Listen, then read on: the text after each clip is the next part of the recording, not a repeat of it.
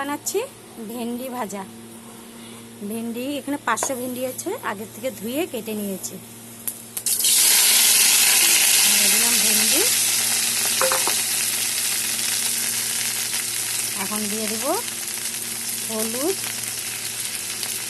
আর দিয়ে দিলাম লবণ, 1 চামচ লবণ।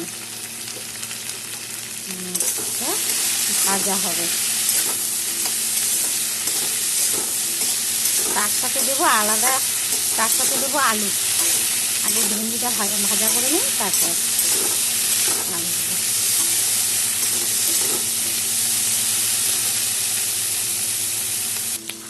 ভেন্ডি আমার মোটামুটি ভাজা হয়ে গেছে, এখন এগুলো নামিয়ে তারপরে আমি আলুটা ভাজবো।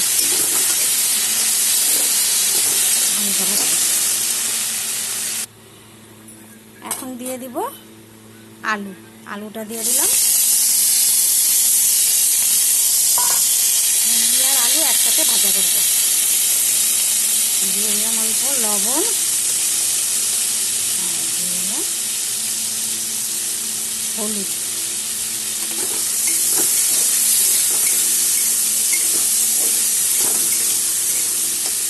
আর এই যে ভেন্ডিটা ভেজে উঠে নিয়েছি, তারপরে সব একসাথে মিক্সড করে দেবো। আলু আমার আধা ভাজা হয়ে গেছে, এখন আমি একটা পেঁয়াজ কুচি করে নিয়েছিলাম, এটা দিয়ে দিলাম। দিয়ে দিলাম, এটা মোটামুটি ভাজা হয়ে গেলে তখন আবার ভেন্ডিগুলো একসাথে মিশিয়ে দিলাম। এটা রুটি ভাত সব কিছুর সাথে খেতে পারবে। নিরামিষ দিলে আরও খেতে ভালো হয়, শুধু পেঁয়াজটা না দিলে হবে। দিলে পেঁয়াজটা না দিলে হবে, সাথে সাথে ডালের সাথে খুব ভালো হয়। পেঁয়াজটা আমার মোটামুটি ভাজা হয়ে গেছে, এখন আগে থেকে ভেজে উঠিয়ে রেখেছিলাম ভেন্ডিগুলো, এখন দিয়ে দেবো, একসাথে মিক্সড করে দিয়ে দিলাম। দিয়ে দিলাম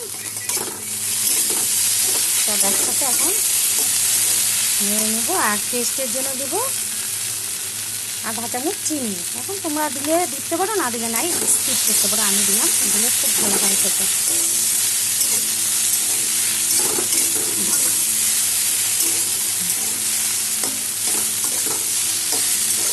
রুটি দিয়ে ভাত দিয়ে খেতে খুব ভালো হয়। নিরামিষ দিনে তো খুবই ভালো হয়, পেঁয়াজটা না দিলে হবে। ভেন্ডি ভাজা আমার হয়ে গেছে, তোমরা এরকম করে বানিয়ে খাবে।